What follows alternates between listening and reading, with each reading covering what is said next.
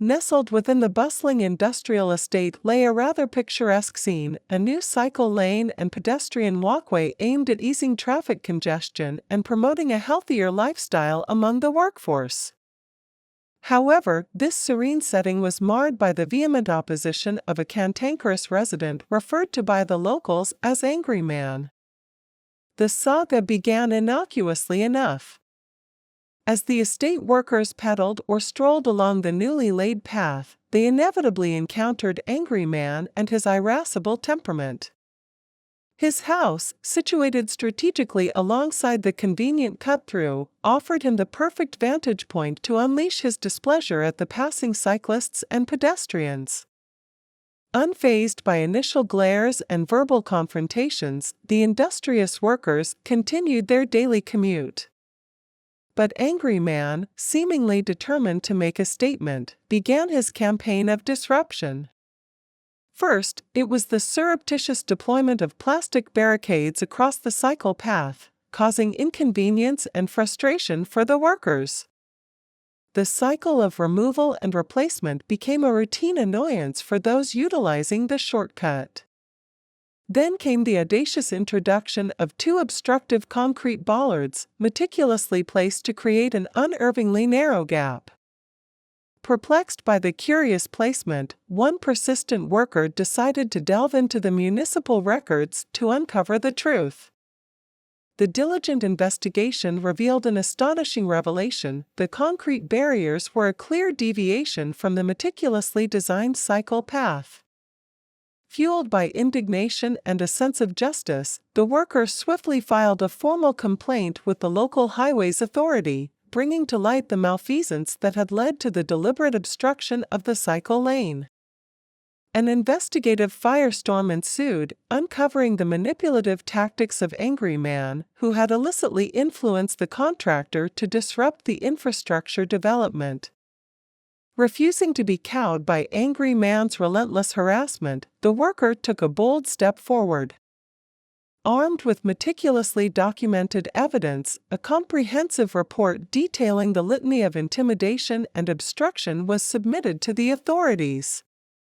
The tide was turning, and the community's solidarity was a testament to their unwavering resolve against one individual's hostility. In a remarkable turn of events, the police, buoyed by the collective complaints and corroborating evidence, intervened decisively. The community liaison officer conveyed the good news: the court had issued an order against Angry Man, demanding an immediate cessation of harassment and levying substantial fines and court costs for his transgressions. As tranquility returned to the once contentious pathway, the worker relished the triumph of justice prevailing over adversity. The cycle lane stood unobstructed, a symbol of resilience against unwarranted animosity. Each pedal forward now carried with it a sense of victory, a testament to the collective effort that had triumphed over hostility. Under the shimmering sun of Los Cristianos, Tenerife, every year was a familiar jaunt down the hill toward the inviting coastline. This routine was one of holiday joy, but an unexpected splash of water turned the leisurely stroll into a perplexing mystery. As they walked past the row of residential units, a sudden eruption of giggles accompanied an unexpected soaking by a child's water gun. At first, it was taken in stride, a playful moment to cool off on a hot day. But as the days wore on, the water-based prank persisted, dampening the vacationers' spirits. Determined to put an end to the daily aqua ambush, our intrepid holidaymaker devised a plan. Armed with a water bottle filled with refreshingly chilled water, they traversed the same path, anticipating the inevitable ambush. As the familiar spritzing commenced, a swift counterattack ensued. With precision aim, the retaliatory splash was directed toward the vanishing footsteps, resulting in an indignant shriek followed by a flurry of Spanish exclamations. The culprit made a beeline for parental refuge, seeking solace from the unintended repercussions of their watery mischief. The following day, equipped once more with the trusty water bottle, our vacationers steeled themselves for a potential encore of the watery spectacle. However, to their delight, the childish prankster had learned their lesson. The tepid water, once a deterrent, was no longer needed. The once spraying assailant had evidently found amusement elsewhere, sparing the holidaymakers from any further aquatic encounters. And so, armed with newfound tranquility and the peace of an uneventful stroll, the holidaymakers continued their leisurely walk, unfettered by unexpected sprays and free to enjoy the sun-drenched beauty of Los Cristianos' scenic coastline. My journey through college began like any other student's, filled with excitement, nerves, and a heady mix of anticipation for what lay ahead.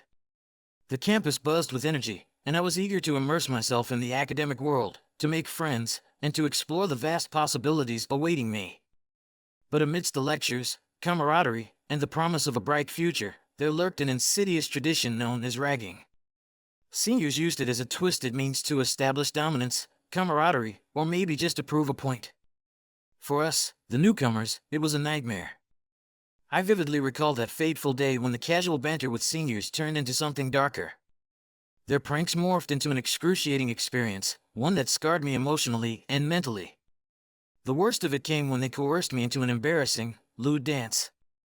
It was over in mere seconds, but the humiliation lingered, like an indelible stain etched into my soul. I knew the college's history, a strict ban on ragging, yet it persisted, hidden behind closed doors. Reporting directly to them felt futile, so I turned to the government's helplines, a glimmer of hope in the darkness. Summoning my courage, I officially lodged a complaint, hoping it might make a difference for someone else, even if it couldn't erase my own ordeal. Life carried me across borders to new horizons, and in the whirlwind of career pursuits, that painful episode gradually faded into the background. Until, unexpectedly, the authorities sought me out a decade later to discuss the unresolved case. Memories, long buried, resurfaced like a storm, stirring emotions I thought I had buried deep within. Initially caught off guard, I hesitated, debating whether to let bygones be bygones or to confront the shadows that haunted my past. Reluctance turned into resolve. I owed it to my younger self to stand firm, to not let their actions define me any longer. As the wheels of justice turned, I found myself a reluctant participant in the pursuit of closure. The perpetrators, once carefree boys, now faced the consequences of their actions while toiling in foreign lands. The gravity of an official charge against them hit hard, threatening their very foothold in a land that held promises of opportunities. One of them, perhaps out of desperation, reached out to me through social media, offering money in a futile attempt to sway my decision. But I had moved beyond the allure of financial gain.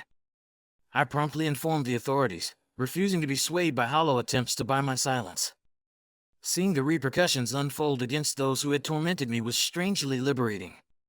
It wasn't just about seeking retribution, it was about reclaiming my dignity, standing up against injustice, and preventing similar tales of torment from haunting others. Now, as I look back, I realize that my decision to speak up wasn't just for me, it was for the countless others who might face similar ordeals. It was about making a statement, a small step toward fostering change in a system marred by outdated traditions and unjust practices. The closure brought a sense of peace I hadn't anticipated. It wasn't about erasing the memory, but acknowledging it, and through that acknowledgement, finding the strength to truly move forward. As the echoes of my story ripple through time, I hope it serves as a beacon, urging institutions to introspect, evolve, and create spaces where every student feels safe, respected, and free from the shackles of fear and humiliation. I remember the first day I met Stephanie at the workplace.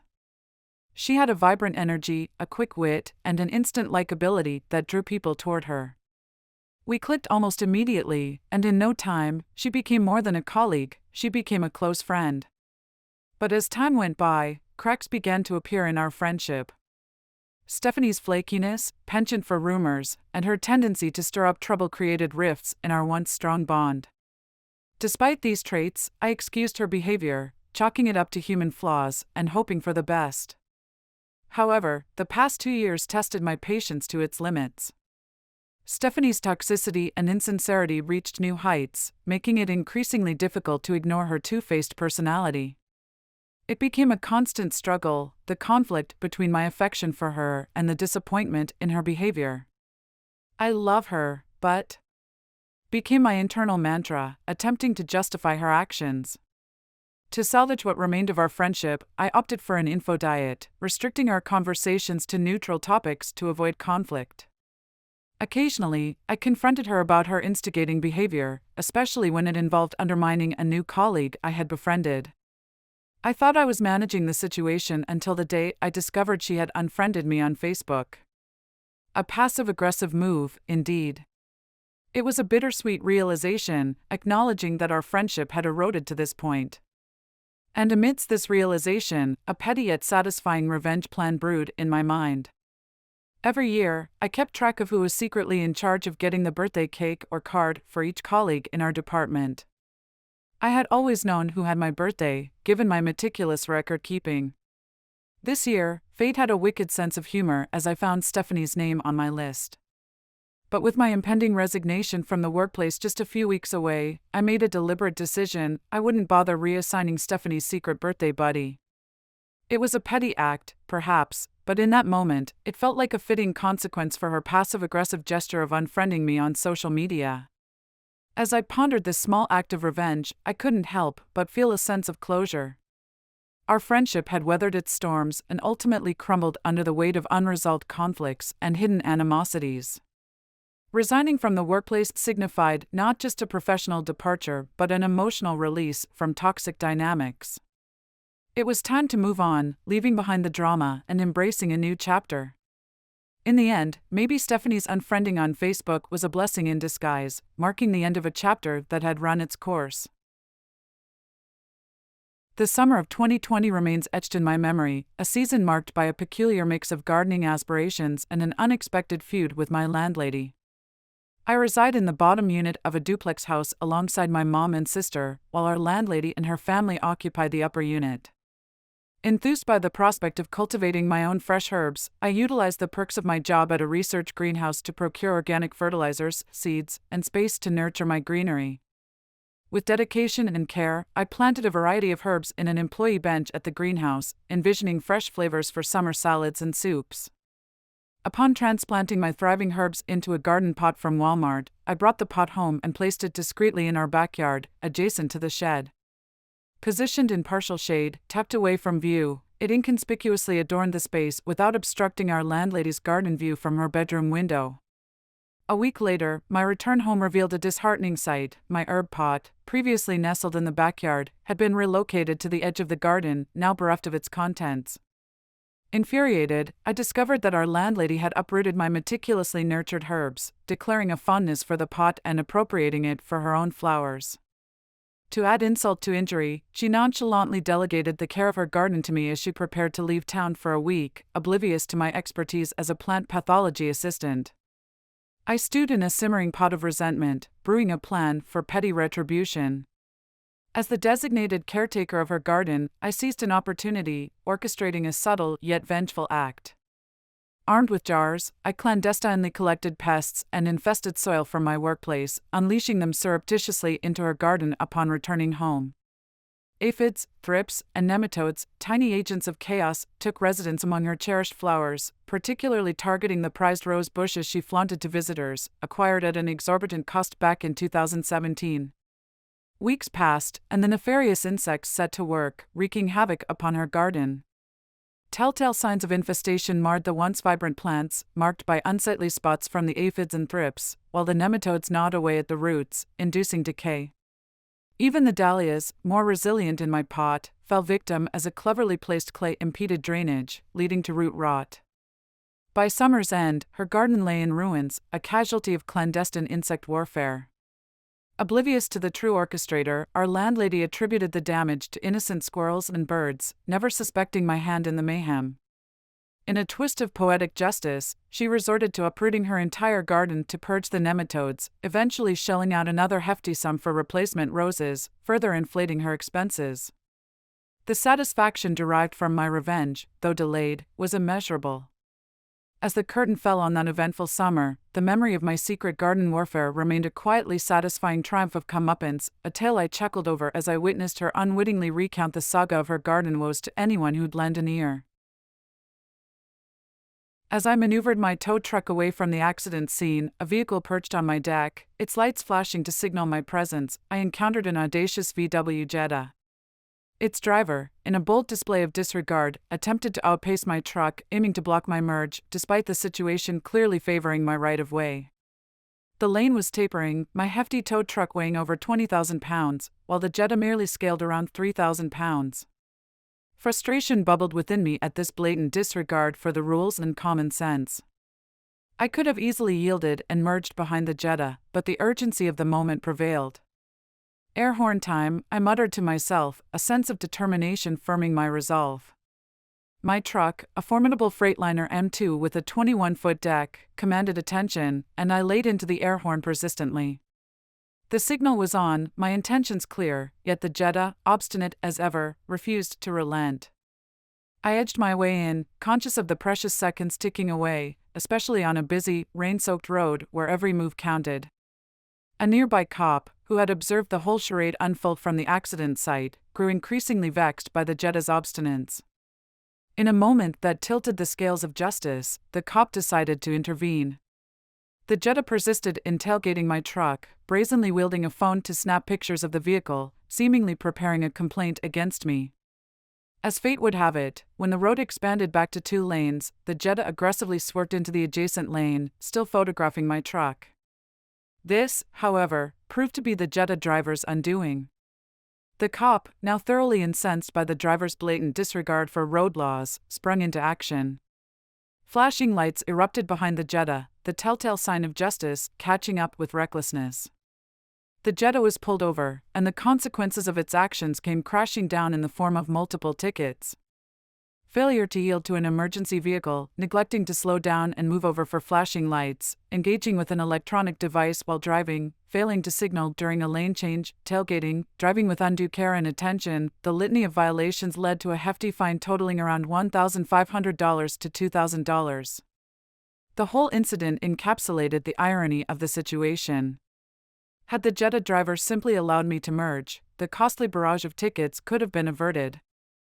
As a tow truck driver, my job often meant I blocked traffic to ensure the safety of law enforcement officers during night shifts, and in turn, they watched out for me. A video captured the spectacle of the Jetta being pulled over, a satisfying culmination of justice served. It was a stark reminder that a little patience and compliance with road rules could save not just time but also a considerable amount of money. The incident reinforced the symbiotic relationship between law enforcement and those who ensure their safety on the roads.